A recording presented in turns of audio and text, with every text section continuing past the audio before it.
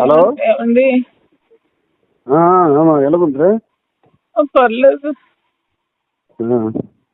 ఏం పని చేసావు నువ్వు? ఎంత పని చేసావు? నాకు అందుకే అడిగి తీసుకెళ్ళి నా మాట వినవు నువ్వు.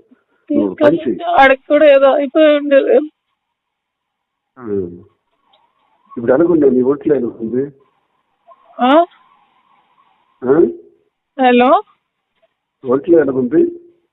తలకు దెబ్బ తగిలింది. తల అంతా నొప్పిగా ఉంది. కానీ నేను ఇప్పుడు హాస్పిటల్లో పెట్టారా నీకు? అన్నాడు ఇట్లా ఉన్నాను. ఎక్కడ తీసుకెళ్తున్నారో తెలియదు. అంబులెన్స్ లో ఉన్నావా? రామాచలం నీ వెనక వస్తున్నాడు, దగ్గరికి వచ్చాడు. ఎవరు? రామాచలం ఆల్రెడీ వచ్చాడు. ఈడు కూడా వస్తున్నారు. ఎవరు?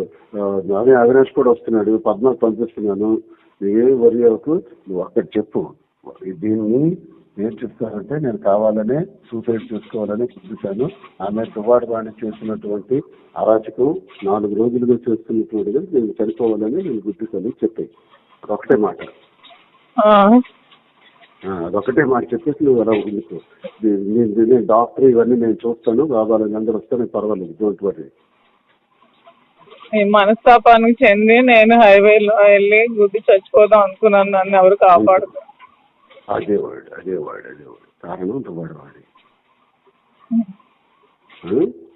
ప్రెస్ కి పంపించండి చేతికి. ఇప్పుడే చెప్తాను నేను దిగినప్పటికే. ఎవరికి? ప్రెస్ కి. నువ్వు ఎమోషనల్ కావు.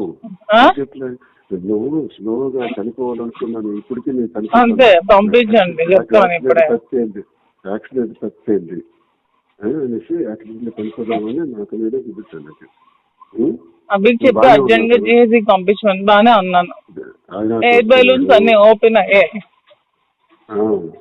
అవినాష్ వస్తున్నాడు, హేమ వస్తున్నాడు. ఫస్ట్ గారికి హేమచంద్ర వస్తున్నాడు. ఫస్ట్ డ్రెస్ వాళ్ళకి అవినాష్ చెప్పి జీహెచ్కి అర్జెంట్ గా వెళ్ళమనండి, సూసైడ్ అటెంప్ట్ చేసింది అని చెప్పి ఇమ్మనండి. అభికి ఎవరికి ఒకరికి ఇచ్చారు. నీ దగ్గరికి అర్జెంట్ గా నేను ఆల్రెడీ మెసేజ్ పాస్ చేయించేస్తాను.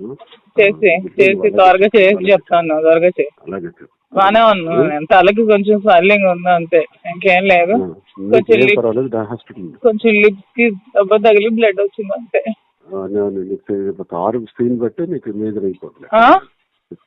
కారు బాగా బాల్తో పెడుతుంది కదా. ఆ రోడ్ నుంచి ఈ రోడ్ కి క్వాలిటీ కొట్టేసి ఏంటో మరి లక్కీగా ఎవరో వచ్చారు. లేకపోతే పెట్రోల్ లీక్ అయిపోయి లోపల అంతా గ్యాస్ ఫామ్ అయిపోయింది. ఊపిరి తీసుకోలేకపోయాను. నువ్వన్నీ మాట్లాడుతాను ముందు ప్రశాంతంగా ఉంది. హాస్పిటల్ వచ్చారు. హాస్పిటల్ దగ్గరికి అందరూ వస్తారు. నా ఫోన్స్ ఎక్కడ ఉన్నాయో తెలీదు. ఫోన్ అన్ని నా ఒక కానిస్టేబుల్ దగ్గర ఉంది, నాకు ఇస్తాడు. గోల్డ్ కూడా ఉంది దాంట్లో, అంతా చూడమని. అవన్నీ తీస్తాను కానిస్టేబుల్ ద్వారా. ఓకే. పద్మ కూడా వస్తుంది, అవినాష్ వస్తున్నాడు, ఓకే. ఝాన్సీ కూడా వస్తున్నారు అనుకున్నాను.